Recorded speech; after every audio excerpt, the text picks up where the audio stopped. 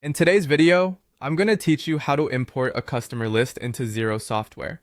Whether you're setting up your business for the first time or updating your records, importing customers can streamline your processes effortlessly. Let's dive in and walk through this together.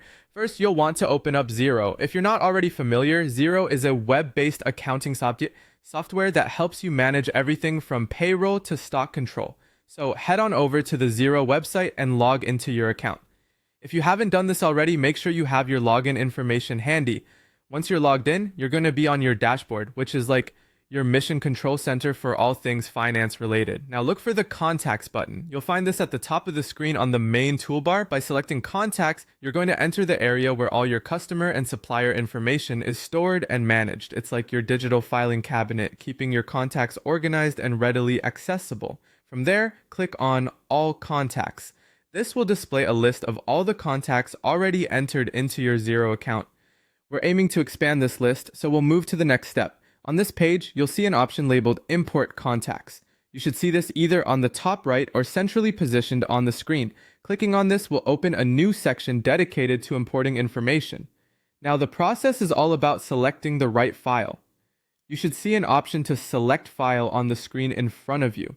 Make sure beforehand that you have your customer list saved in a CSV format. This particular format is commonly used for data sets and is compatible with many software systems, including Xero.